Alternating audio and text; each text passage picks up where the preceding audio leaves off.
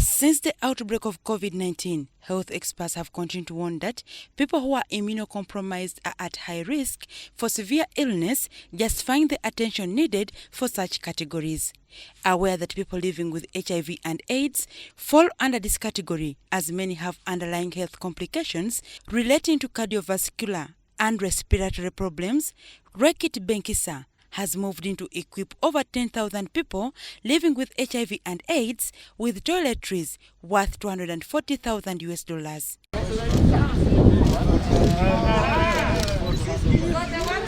Justifying their gesture was Patrick Mpaso, the country manager, RB Dembe, who announced that this is just the beginning of the partnership aimed at bettering healthcare for people living with HIV and AIDS. We are relentless to make sure that the world has a healthier and a good life. So what we are saying is we have committed 1% of our global operating profit to make sure that we support this fight for access. We are saying fight for access because there is a huge population that doesn't have access to good health environment.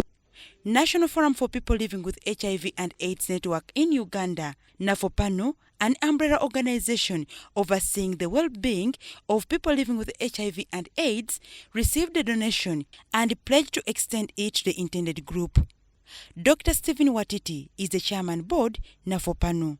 The issue of sanitation, the issue of hygiene, and having safe water for personal hygiene, and because we knew most of our people died in the class, died of diarrheal diseases, and most of them is because of hygiene.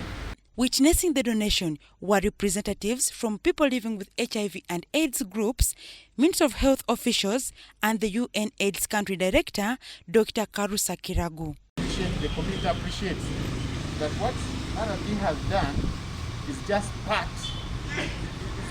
a small part of what we are supposed to do.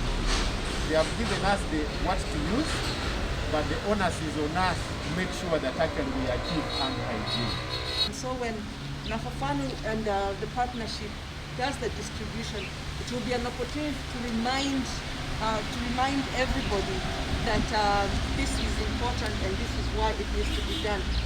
It is worth noting that by the time COVID-19 set in, Uganda had nearly achieved the 90-90-90 target in as far as the fight against HIV scourge is concerned. However, with the spiking numbers of coronavirus cases in the country, Dr. Nelson Musoba of Uganda AIDS Commission fears that such gains might be swept away as attention is diverted. Barrier during the COVID period was, accessing HIV services, and mainly arising out of because there was a lockdown and lack of movement, but also stigma and discrimination because people living with HIV, a lot of them don't openly live with HIV and they could not easily reveal their status to those who are providing transport. At the onset of the fight against the spread of COVID-19, hand washing was zeroed on as the best preventive measure against the transportation of the virus to sinus areas.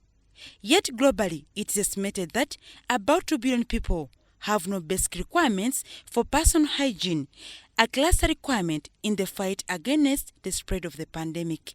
Dr. Skimono, UBC News.